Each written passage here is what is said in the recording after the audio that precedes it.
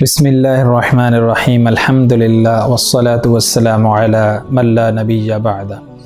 اما بعد فاعوذ باللہ السمیع العلیم من الشیطان الرجیم من حمزہ ونفخہ ونفثہ بسم اللہ الرحمن الرحیم من جاء بالحسنة فله عشر امثالها وقال النبی صلی اللہ علیہ وآلہ وسلم من صام رمضان ثم اتبعه ستا من شوال كان كصيام الدهر رواہ مسلم فی صحیح۔ محترم بھائیو، دوستو، عزیز بزرگو، ہم نے رمضان المبارک کے روزے رکھے۔ رمضان المبارک کے روزے اللہ نے فرض قرار دیے۔ وہ رکھنا ہر مومن کا حق تھا، ہر مومن پہ فرض تھے، لیکن ایک بہت بڑی اللہ کی بلیسنگ اور مالک دو جہاں کی رحمت دیکھیے۔ فرمایا یہ رمضان کے روزے تو آپ نے رکھ لیے، اگر اس کے ساتھ ساتھ فرائض کے ساتھ نوافل کو بھی لے کے چلو تو میں آپ کو ایسے نوازوں گا کہ آپ حیران رہ جائیں گے۔ خالق ارض و سما کے محبوب پیغمبر جناب محمد کریم صلی اللہ علیہ وآلہ وسلم نے ارشاد فرمایا، من صام رمضان، جس نے رمضان کے فرضی روزے رکھے اور فرض کے بعد نوافل کی بھی اہمیت کو اس نے سامنے رکھتے ہوئے، ثم اتبعہ ستا من شوال، پھر فرمایا کہ شوال کے آنے والے مہینے کے 6 روزے اس شخص نے رکھے، کان کصیام الدہر، فرمایا کہ اللہ اسے اتنا اجر نوازیں گے جیسے اس نے پورا سال ہی روزے رکھے۔ سبحان اللہ۔ اور اگر ایک بندہ جیسے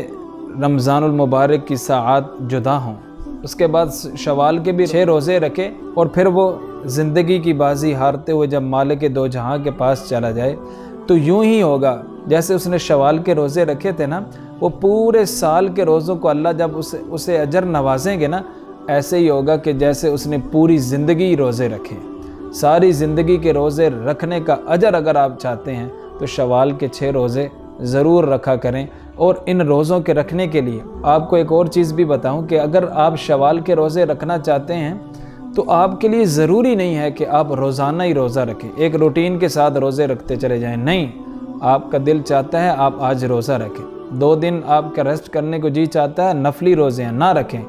آپ 2-4 دن کے بعد ایک مرتبہ پھر ایک روزہ رکھ لیں، 2-4 دن کے بعد پھر روزہ رکھ لیں۔ 6 روزے شوال کے آپ نے پورے کرنے ہیں، اللہ سبحانہ وتعالی اس کے بدلے آپ کو پورے سال کے روزوں کا اجر نوازے گا۔ آپ یہیں سے اندازہ لگا لیں، جس مالک نے نفلی روزوں کے اندر اتنا ثواب رکھا ہے، اس مالک نے فرضی روزوں کے اندر کتنا ثواب رکھا ہو۔ ایک حدیث مجھے ذہن میں آ رہی ہے، مالک دو جہاں کے محبوب پیغمبر فرماتے ہیں، من صام